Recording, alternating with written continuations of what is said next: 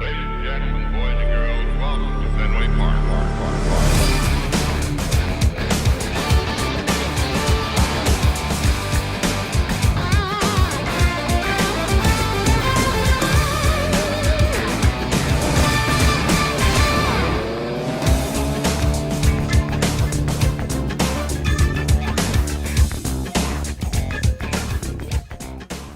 Welcome to Monster Territory, presented by Fox One. How you doing, ladies and gentlemen? I'm recording this during Game 1 of the World Series, and the Blue Jays, at the time of this recording, just took a 5-2 lead. My goodness. Can you imagine the Blue Jays winning it all this year? First time since 1993. My goodness. But who cares about the World Series? We're here to talk some Red Sox, and we got a few things on the news circuit to dive into for today's episode. Jim Bowden of The Athletic, he mentioned the Red Sox in an article a few times. We'll talk about that. Mark Feinsand, he came out with an article on free agency. The Red Sox were mentioned a couple of times in that as well. Chris Cotillo of Mass Live, he talked about something interesting that I wanted to dive into. And one player from Japan, not named Munetaka Murakami, is catching my eye, and it looks like he's going to get posted. I'll talk about him in just a little bit as well. But everyone, thank you for joining today. Do appreciate that. If you can, hit the like button, subscribe if you're new. We've been getting a lot of new subscribers as of late, so thank you to all of you that have been here since the beginning, but thank you to all of the new subscribers as well. We're going to have a fun off season, so definitely subscribe. But here we go, everybody. Let's dive into it. I'm not going to waste any time here. And let's talk about Jim Bowden first, right? Let's talk about Jim. And, Jim Bowden over the years, obviously, former GM in Major League Baseball. And, he's had some interesting takes over the last few years since joining The Athletic as a writer. Definitely some very odd trade proposals that he's put out there that have, I'm going to be honest, some of them have been absolutely terrible, and I've definitely given my opinions on those. But for this article today, no trades to really dissect, but he more so named some trade candidates, and the Red Sox were mentioned a few times here. So here was the article here, and the title, Tarik Skubal heads the top 10 MLB stars most likely to be traded this offseason. And he starts off with Tarik Skubal here. He mentions the Red Sox, and listen, I mean, obviously anyone would like to have Tarik Skubal. He's the best pitcher on the planet right now. Of course, he would be amazing if the Red Sox were able to acquire him. But I've talked about this, and I just don't see the Red Sox going after him. I think the Red Sox would rather go after cost-controlled guys that you would have for at least a couple of years. Tarik Skubal is going to be a rental. At the end of the day, Scott Boras' client, most likely, he's going to go out there and test the market. So if a team were to trade for him, they're basically going into it knowing they're only going to have him for 1 year. Who knows? Maybe he can go somewhere, sign an extension with that team. But you pretty much have to, if you were to make a move for him, planning on having him for only one season. Now, of course, it would be amazing for the Red Sox to have Tarik Skubal, Garrett Crochet at the top of the rotation. I just don't see the Red Sox doing it. They've rebuilt this farm system over the years, and they're not just going to give away, several of their better ranked prospects near the top for a rental. Now, could I see it for someone like Joe Ryan, possibly, someone like that? Yeah, I could see something like that. But for just a rental, I don't see it. Unless the Red Sox were gun-ho and just going for a World Series, then maybe you could, see it. Kind of like when the Yankees, they traded for Juan Soto for that 1 year. They got very close, but weren't able to pull it off. Now, he mentioned a few other guys here. And next on the list was Freddie Peralta. Freddie Peralta is an interesting one, right? With Peralta, I do like his game, right? He's got good velo, good stuff over there in Milwaukee. He's going to lead mostly with the fastball. This is a guy that's going to get a lot of swing and miss. He's going to rack up the Ks, but this is where I wonder if, for same reason also with Skubal, Peralta would only be a rental as well. He's 1 year away from free agency. Sure, he would be on the cheaper side. He's got a cheaper club option for 2026, but I just don't see the Red Sox going for it here. It would cost less than Skubal, but with Peralta, sure, you're going to get swing and miss, but the walk rate wasn't great this past year, in the 30th percentile with a 9.1 walk percentage. With the Red Sox, yes, they like stuff, but they also like strike throwing as well. And I think that's something the Red Sox could improve on a little bit for next season. So Peralta, I wouldn't rule it out, but I think he would be probably near the bottom of the list. Now, next up, he mentions Hunter Green. And he goes to say here, there have been several reports out of Cincinnati that the Reds are planning to shop Green this winter. I have not been able to confirm these reports, nor do I understand why they would want to consider it, since they have him under team control through 2029. Now, we've talked about this, right? Hunter Green, yes, it is surprising to see him popping up on the rumor mill, especially so early. But with the Reds, they need offense. They need bats. That offense was very inconsistent this year. If they want to be a bona fide contender, they're going to have to improve that lineup. And even without Hunter Green, I still think they got some very good arms there. You got guys like Andrew Abbott, Nick Lodolo, Chase Burns, who they just drafted already, getting back up to the major league level. They got some dudes over there in Cincinnati. And I think they could be just fine without Hunter Green. Obviously, he makes that team better, but if it were to help improve the offense, then yeah, I could see it. And with Hunter Green's value, it's very high, right? Obviously, only 26 years old, one of the best young pitchers in the game, under a lot of control, pretty friendly deal. It's going to cost you pretty much an arm and a leg to get this guy. But with the Red Sox, I've talked about this. I think they match up pretty well, where the Red Sox, they don't really call it a surplus in the outfield, but, you do got 4 outfielders in the mix along with Masataka Yoshida. So I think if you were to center something around, say, Duran or Abreu, I think maybe there could be something there. We'll talk about Jarren Duran in just a little bit. But Hunter Green, definitely a guy that I could see the Red Sox having their eye on. He has a good whiff rate.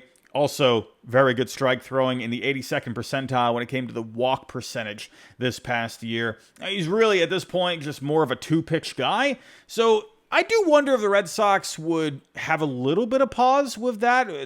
I'm sure they would love to have someone like Hunter Green, but I wonder if they would be willing to get very aggressive for him because, this past year, he was really just a fastball slider kind of a guy, right?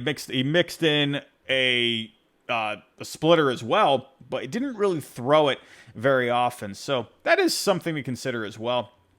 Up next on this list, we'll get to Jarren Duran in a second. We're going to talk about the pitchers that he talked about here. Mackenzie Gore, Sandy Alcantara. Again, we've mentioned all of these guys. With Gore, he had a terrible second half. I'm not sure if that's something that would irk the Red Sox. He looked very good in the first half. Now, when it came to the overall numbers, it ended up being okay. They looked great right around the All-Star break. And overall, with the metrics, he got a good whiff rate. But again, kind of like what we talked about with Peralta, the walk percentage was not very good this past year. 9.3% in the 28th percentile. So I'm not sure. You got a five-pitch mix that I'm sure the Red Sox would love to acquire. And there is also the aspect of Paul Tabani going over to the Nationals as well. He knows the system very well, so maybe they could line up on something. Question is what is the direction of the Nationals? What are they looking to do? Is this going to be an evaluation kind of a year, or are they really looking to regroup right off the bat with Tabani in the fold now? I'm not sure. So what is the motivation behind moving Gore, keeping Gore? Or are they going to look to maybe add some guys to try and compete? I'm not sure what the plan is in Washington, so that's a little up in the air. I wouldn't be surprised if Gore ended up staying. We'll see. And Sandy Alcantara, kind of, similar with Gore, but just the opposite. Terrible in the first half. He looked a lot better in the second half after the trade deadline. And that was expected with Alcantara, right? This is a guy where he came back from Tommy John. And it took him a little while to get his footing, but the stuff was looking a lot better. The command was looking a lot better in the second half. So the metrics here on the screen don't look quite amazing, but you have to factor in as well, he had the better second half. And, with the Marlins, this is a team, I wonder if they would want to move him. I know that might sound crazy because he's been on the trade block for, a couple of years now. But with the Marlins, they showed a lot of improvements this past year, and they look like they're ahead of schedule in getting back into contention. Would they rather keep Sandy in the fold at the top of the rotation? That is a very good rotation with Sandy still at the top there. And you got some young guys coming up as well. Robbie Snelling, Thomas White there. So, I don't know. I wonder what the motivation would be. And with Sandy having the up and down year, are the Marlins going to be able to get back enough to where they would be satisfied with it, or would they rather just hang on to him, who is on a team-friendly deal? So I could see them moving him if they get a package that they like, but then again, I can also just see them hanging on to him as well. So that's pretty much it with the pitching. We've talked about all these pitchers for, it feels like forever now. Now, moving on to Jarren Duran. And this is what he had to say about Jarren Duran. I'm not sure I understand why the Red Sox keep listening to offers for Duran, outside of the fact they envision their future outfield as Willier in right field, Cedon in center field, and Roman out in left. Why not keep Duran for DH? Or better yet, why not let all 4 outfielders rotate between the outfield and DH? Well, I'll say this about DH. The Red Sox, they need to improve the power. You do have Massa there, so what's the plan with Massa moving forward? We'll have to wait and see what they think there. But if you were to add some power to the lineup, sure, we have talked about first base as well, but I think DH could be a spot to where you go after a couple of guys. Not sure if you know them or not, Kyle Schwarber, Pete Alonso, right? Where, they could get some DH time. Obviously, Schwarber would be more of a full-time DH, but that's why you wouldn't just put Duran in the DH spot, because he's not a big power bat. He's more of a dynamic bat, right? He's going to give you the extra base hits. He's going to give you the doubles, the triples, and he's going to give you the speed aspect as well. So he's not really a DH. I understand, though, the defense wasn't great out in left field, so if he were to be more of a DH, maybe that could be a remedy. But what he said here, you could just rotate, right? With Roman, I think, is underrated defensively. I think he has better range than people think. I think a lot of people out there think with Roman, they just think of the bat, but he's actually pretty decent defensively as well. Now, he's not going to be a burner like Duran out there, but he makes pretty good routes. He's got a good arm as well. So there's that. So you could do this rotation, and that's something Cora has been able to handle before. So we talk about Duran and Willier trades, it feels like every day.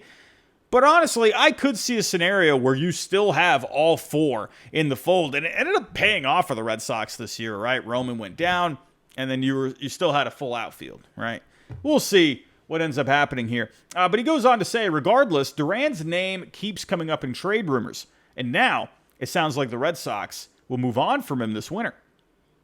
Teams such as the Phillies, Dodgers, Tigers, Guardians, and Rangers would love to land him. He's also controllable through the 2028 season, so it would take a huge haul for the Red Sox to move him. Well, he is correct there. He is absolutely correct, and I think people, they think of Duran, this past year with the struggles that he had, inconsistent with the bat at times, defensively, he definitely had his issues out there in left field. Regardless, though, he was still right around a 4-win player, both on Fangraphs and Baseball Reference. He's at a cheap cost, still in arbitration over the next few years. So the fact that he's not expensive, has club control, and has good projections moving forward, and also you have to factor in the salary, like I just said. The surplus trade value is going to be very high with Duran. Now, here on Baseball Trade Values, they're giving a median trade value of $73 million. That's very high. Right, that's actually right around Hunter Green right now. With Hunter Green, he's had injuries, so if he were fully healthy, pitching 180 innings every year, it'd be a lot higher than that. But the injuries have held him back, and so that's why Duran is actually pretty similar with Hunter Green right now. So with Duran, now would other teams see Duran at that value? Well, I could see a lot of teams out there thinking, "No way, Jose!" Right, but that's where I do wonder if you could get creative with Duran, right? Maybe that could be a route to perhaps attach Masataka Yoshida, right? He's got an underwater contract. Sure, he looked a lot better in September, came up clutch in the postseason, but overall, Masa, the contract is underwater, right? The projections moving forward are not matching up with what he's making in terms of money, right? So underwater contract, attach it with a high value in Duran. Team out there looking for a couple of bats, maybe that could be a way. I keep thinking about the Cincinnati Reds. You could see a scenario, I think, where you could bring in someone like Duran and Massa, right? And Massa in Cincinnati, honestly, with that ballpark, hitter-friendly park, I think Massa could actually have a lot of success there. I don't know, just thinking off the top of my head. But with Duran, Bowden is right. it is going to be expensive to acquire him. Now, he lists a bunch of teams here, right? He talks about the Phillies. The Phillies are interesting to me because they do need to, we keep hearing the same two words about the Phillies, a shakeup, right? They feel stagnant. It feels like there's fatigue there. It's always a very good-looking team, but they just haven't been able to get over the hump. So Dave Dombrowski, he's going to be doing something this offseason. I think he's going to make multiple moves to kind of freshen up this team a little bit. Try to get a little bit younger, bring some different aspects into the fold. You know, maybe Duran with his speed, maybe could be a good fit. And hey, in Philly, that would be a better ballpark for the left-handed bat of Duran to maybe tap into a little bit more power, right? You know, Duran at Fenway Park, you know, sure, he's gotten into some a couple of times, but in Philly, I think you could see a few more homers off the bat with Duran, so maybe that could be something. Nick Castellanos, I do think he's going to end up getting moved this coming off season. You know, he's been regressing in terms of the bat here. He's not good defensively out there, so I could see a situation where the Phillies, they end up eating some of the contract, move him somewhere. They just straight out just DFA him. I really could see either way. He also just switched agencies, so I wonder, you know, if you could see something there where you end up just seeing a DFA, right? We'll see. But if you did move Castellanos, then, you know, you'd still have, you got a couple of guys still in the fold here with Brandon Marsh. You got Justin Crawford, one of the higher ranked prospects in the game, looking like he's probably going to be your center fielder next year with how he's been looking. You know, so maybe they bring in a right-handed bat to pair with Marsh. You know, they could cover right field, whatever it may be, and then Duran, you can play left, and Duran has been able to play center too. So whatever the mix would be, Duran, I think could be a good fit in Philly. Now, would they match up in terms of a trade? I'm not so sure. You know, when it comes to Duran, I think the best idea for Duran is to try and move him for a starter. I think if you could kind of kill two birds with one stone here, you know, that should be the route you try to go, where with Duran, again, you got these four outfielders, and if you wanted to make room, then and if you were able to also get a starter in return, I think that makes a lot of sense. And that's why I keep thinking of a Hunter Green deal, where the Reds need bats, the Red Sox need a number two. Kind of seems like a pretty good swap, if you ask me. I don't know. We'll see. That's kind of what I'm thinking. He mentions other teams here. The Dodgers, they're going to be looking for a left fielder this coming offseason. They've been connected with Kyle Tucker, but if that falls through, I think Duran could be an option out there. We'll see. He mentions the Guardians. I don't see the Guardians, to be completely honest. Yes, on paper, you could make it work, but, you know, left field, you got Stephen Kwan. What's going to happen with him? You know, could they maybe move him this coming offseason? He was popping up at the trade deadline. So would you just swap out Kwan with Duran? Well, I don't know. Or do you just bring in Duran? You put him out in center field? I'm not sure there. I don't know. The Guardians don't feel like a great fit to me. He does mention them. The Tigers he mentions as well. I think the Tigers are interesting because their outfield as of right now, you got Parker Meadows, you got Wencio Perez, and you got Riley Green. Well, Riley Green's not going anywhere, but you could definitely see an improvement where, you know, I don't know, maybe Riley Green could move out, maybe right field, whatever it may be.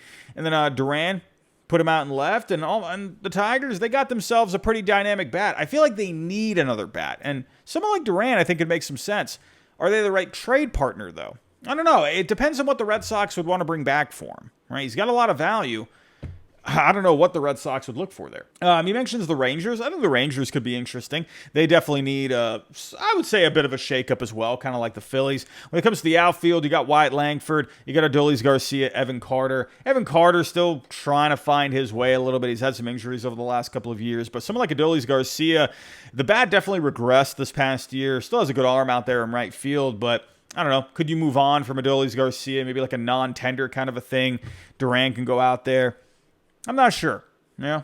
The Rangers, I do think they're going to look to be aggressive. Are they a good trade partner? I don't know. What could they possibly send back? Earlier, I think they're a great fit. So I'm going to talk about some teams that were not mentioned. I think the Reds really make a lot of sense. That's just me. The Mets, they were popping up a lot for Duran at the trade deadline before Duran ended up being taken off the block.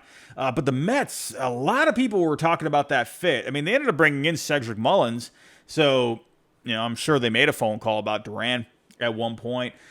With the Mets, I think they could be an intriguing trade partner, right? Because they do have some young pitching there, right? You got Brandon Sproat, you got Nolan McLean, you got Jonah Tong. I don't think Nolan McLean's going to go anywhere, but could someone like Tong or Sproat maybe be up for grabs? Now, they wouldn't fill the number 2 spot in the rotation, which the Red Sox do need to address, but they have prospects there where you could make something happen.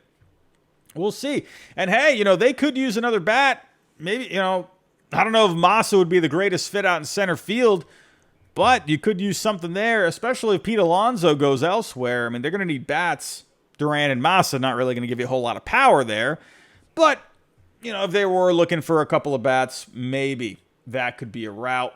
I'm looking at the Marlins too. If you want to get back to the whole Sandy idea, the Marlins, I wonder, right? Because he's on a pretty friendly, he's got a pretty friendly arbitration salary for this coming year, and I think the Marlins should be able to afford that. He's not breaking the bank completely, but I feel like the Marlins could use another bat in this lineup, right? You had some guys breaking out this year like Kyle Stowers, Augustin Ramirez showed a couple of things, so I feel like if they added one more bat here, that could look pretty good. And to go along with Jacob Marcy at the top, I think that could be pretty fun. So that's kind of where I'm at on Jarren Duran here, when it came to the Bowden article. It's kind of the same thing we've been talking about, but the fact that Bowden says here that Duran's name keeps coming up in trade rumors, and now it sounds like the Red Sox will move on from him this winter, I think that's pretty interesting. I don't know. Is this, you never know with Bowden. Where is he hearing this from exactly? I don't know. You always have to take Jim Bowden with a bit of a grain of salt, so something to consider. Of course, we're just going to have to wait and see what happens. But everybody, we do have one of our wonderful sponsors to talk about tonight, one of our wonderful partners of the show, and we're going to talk about Fox One.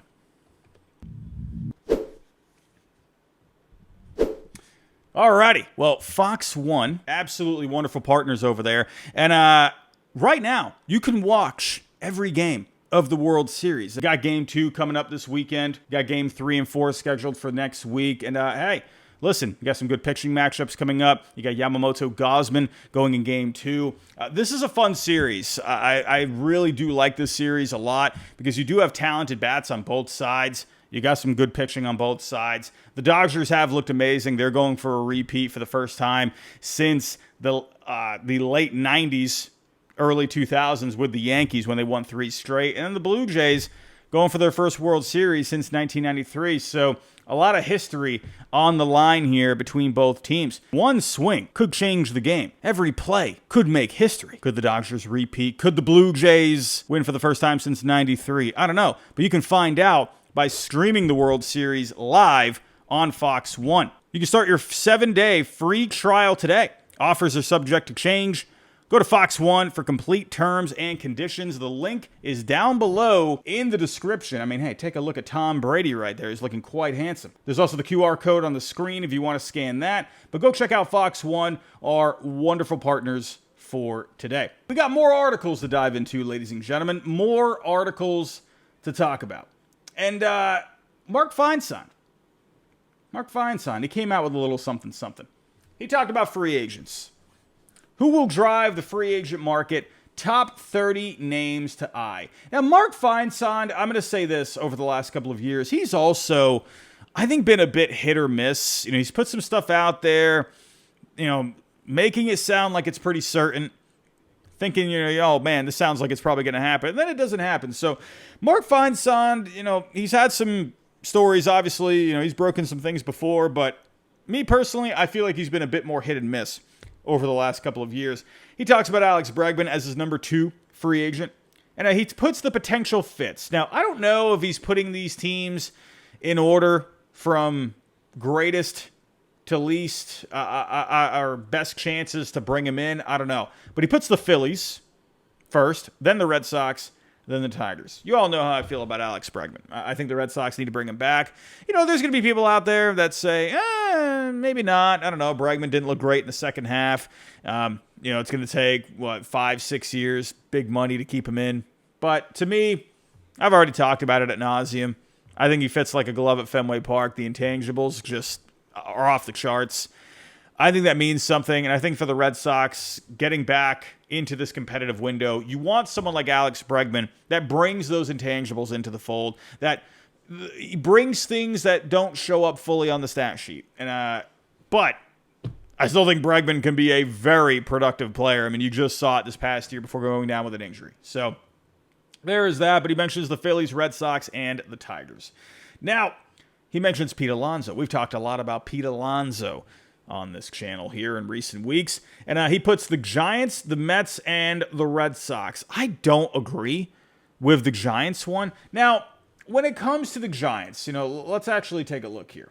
Let's take a look. Obviously, the Red Sox, we'll talk about them. But with the Giants, now, you brought in Raffy, obviously, right? And they gave him some time at first base. And don't forget, Bryce Eldridge is coming up as well. One of the top prospects in the game. Big bat from the left side. Looking like he's probably going to be more of a DH, right? If Raffy is going to be playing first base, I don't know, maybe. To me, I think they probably end up sharing it.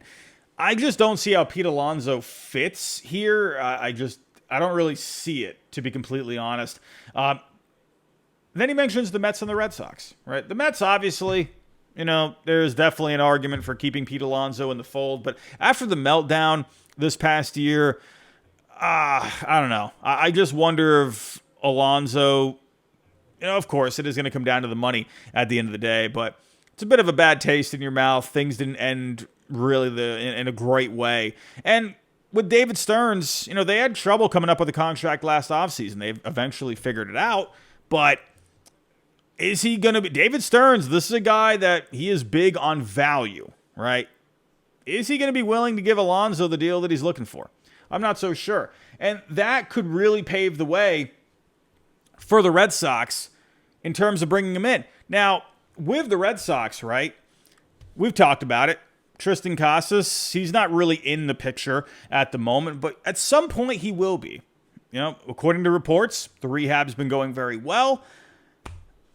It's still it's a lengthy rehab, but it's still on schedule with how you're mapping out that kind of an injury, right? Mapping out the rehab for that injury.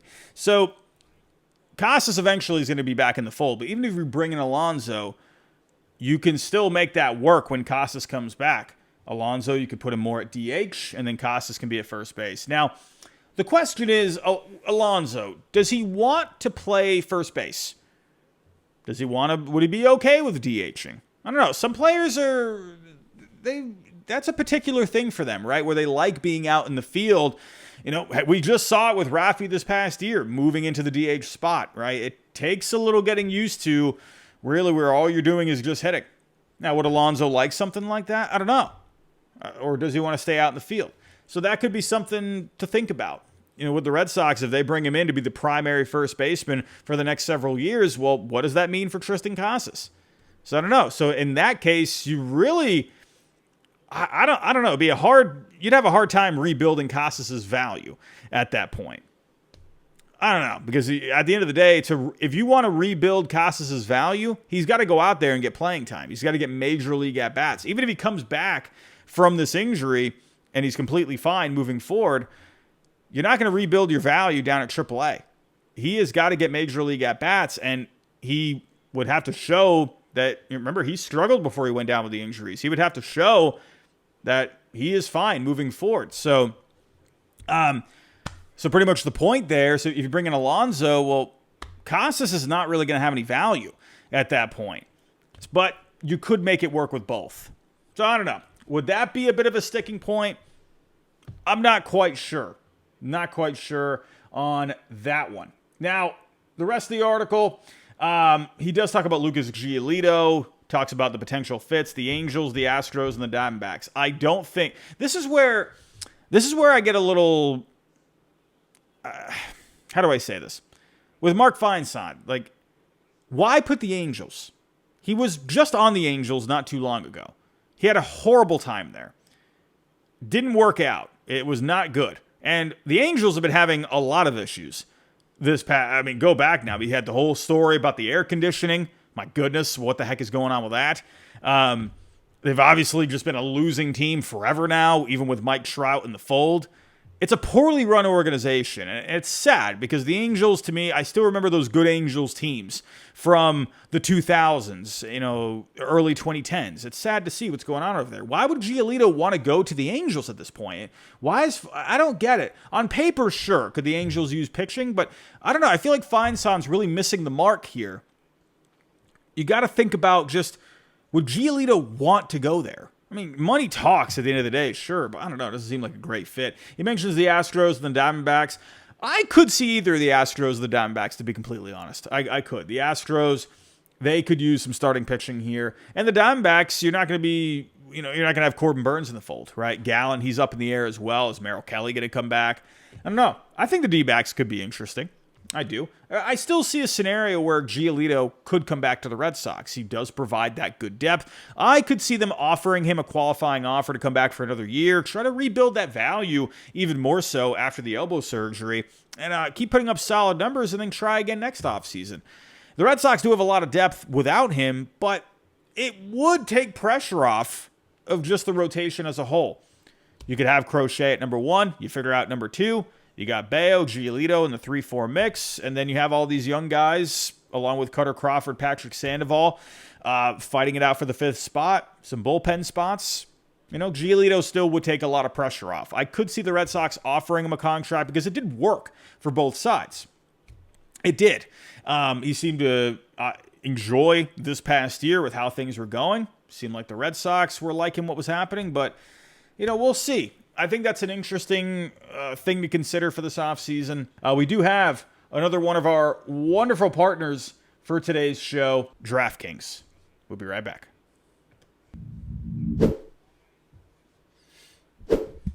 Alrighty, so like I said earlier, it's looking like a blowout here in Toronto, but we got Game 2 coming up, and the pitching matchup.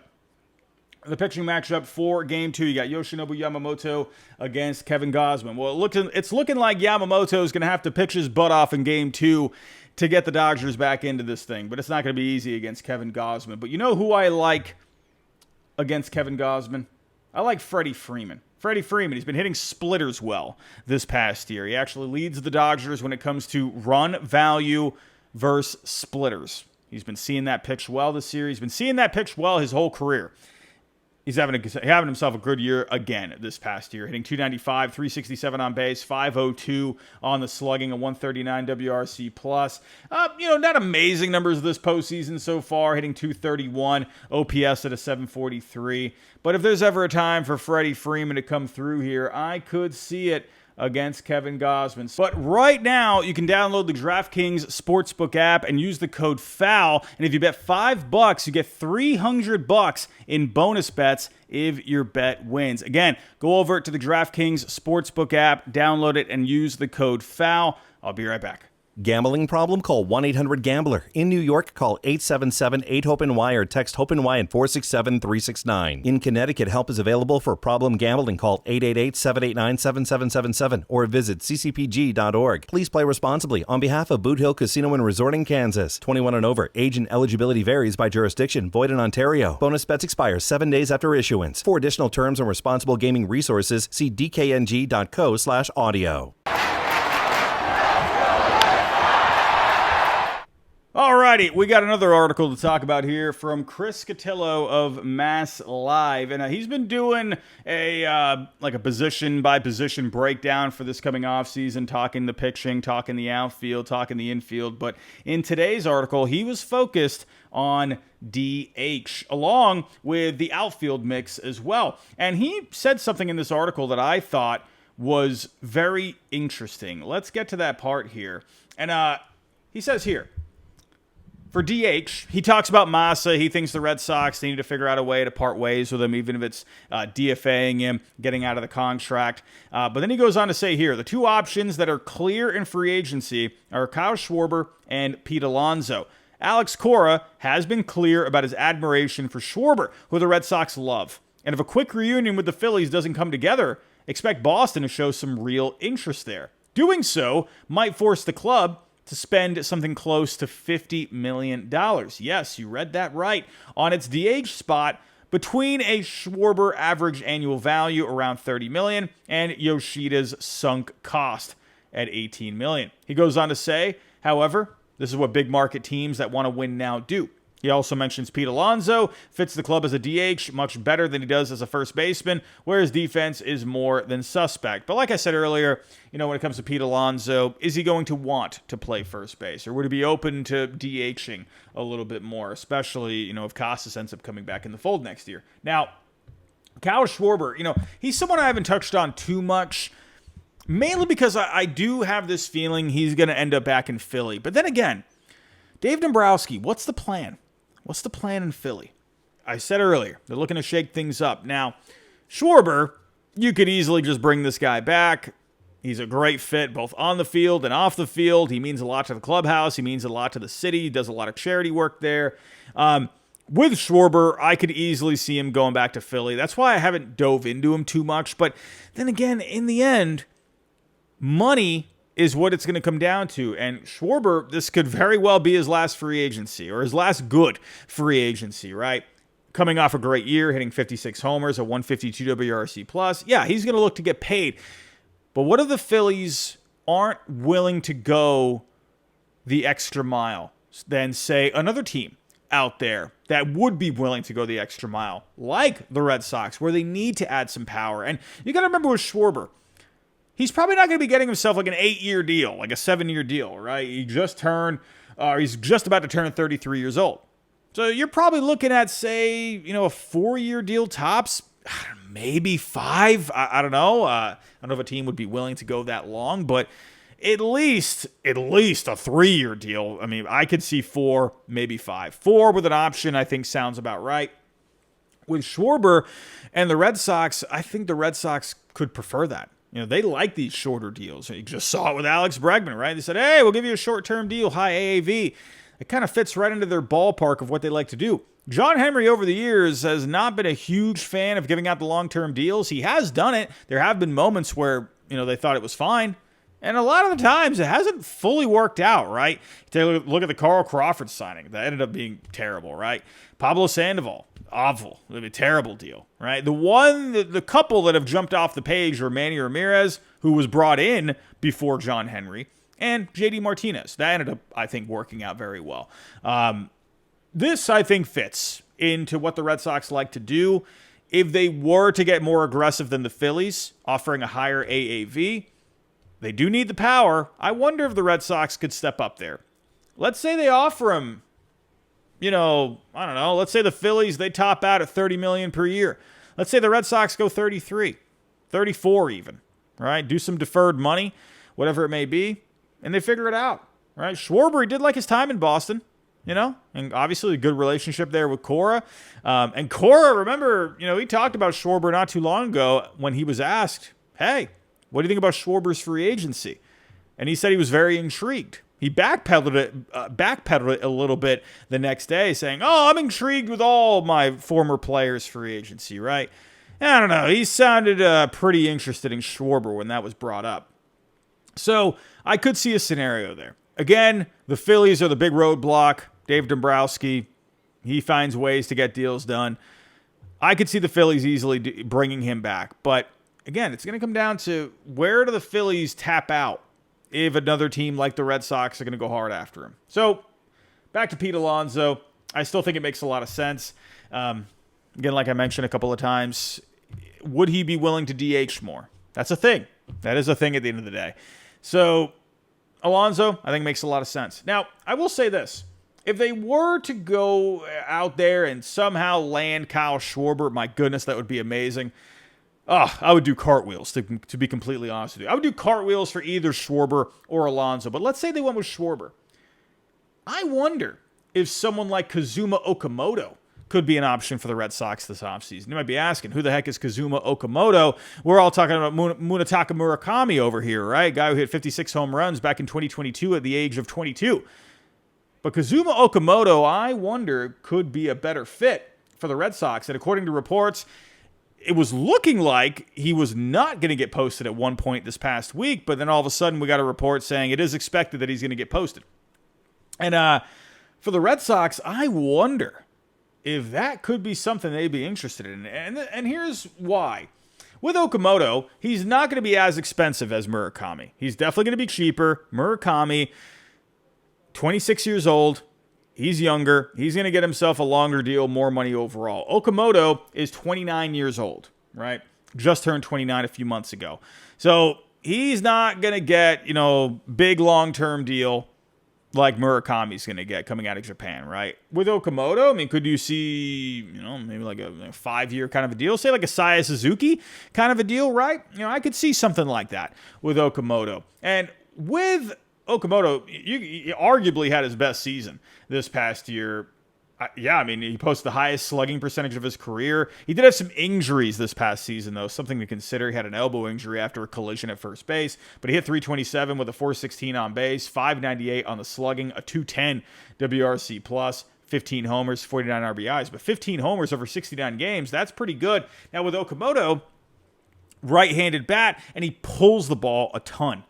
Fenway Park, Green Monster, that could be a recipe for success. And, when it comes to velo, there's been differing reports. Fangraphs here, they've said he has struggled against velo over 94, but then he's seen some outlets on social media coming out saying that he's been fine against pitching over 93 miles an hour. So I'm not sure what the deal is there, but either way, Okamoto, this is a guy that's had a lot of success out of Japan. He's got that good power from the right side. And based off of what he did this past year, hitting .327, the highest batting average of his career, only striking out 11% of the time this past year, walking 11% of the time.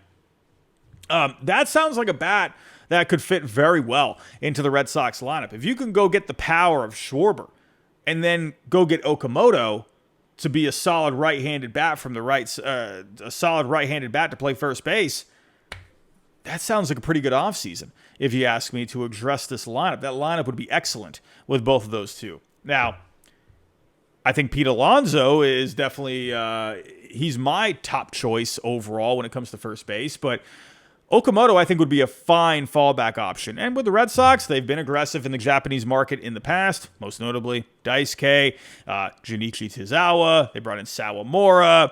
Obviously, Masataka Yoshida being the most recent. That hasn't fully worked out. But I think with Okamoto, he probably is a better fit than Masa, right? Masa with the left-handed bat at Fenway Park, not a ton of power. So, I think Masa from the get-go wasn't an amazing fit. I like the bat that he was bringing to the table to the Red Sox. And he went healthy. He is a good bat. But with Okamoto, he's going to bring you good power from the right side. With that monster, I think that could be great. And he also has versatility. That's something the Red Sox like as well. Mostly plays first base, but he can play third base and the outfield as well, mostly left field. Cora would love that versatility. I could see the Red Sox being interested here. We'll have to wait and see. I mean, that's just my thought. That's just speculation. But would not be surprised at all. I'm going to wrap it up right there. That is it for today's episode. We went a little long with this one here today. We had a few stories to dive into, but overall, it's still pretty much speculation with everything at this point. It's nice to hear some, hearing this, hearing that, little golden tidbits to get you ready for the offseason. We still got this World Series, obviously, but we're getting closer, ladies and gentlemen. We're getting closer. But everybody, I'm going to wrap it up right there. If you're kind of the way out, hit the like button for me, subscribe if you're new, and I'll talk to you next time.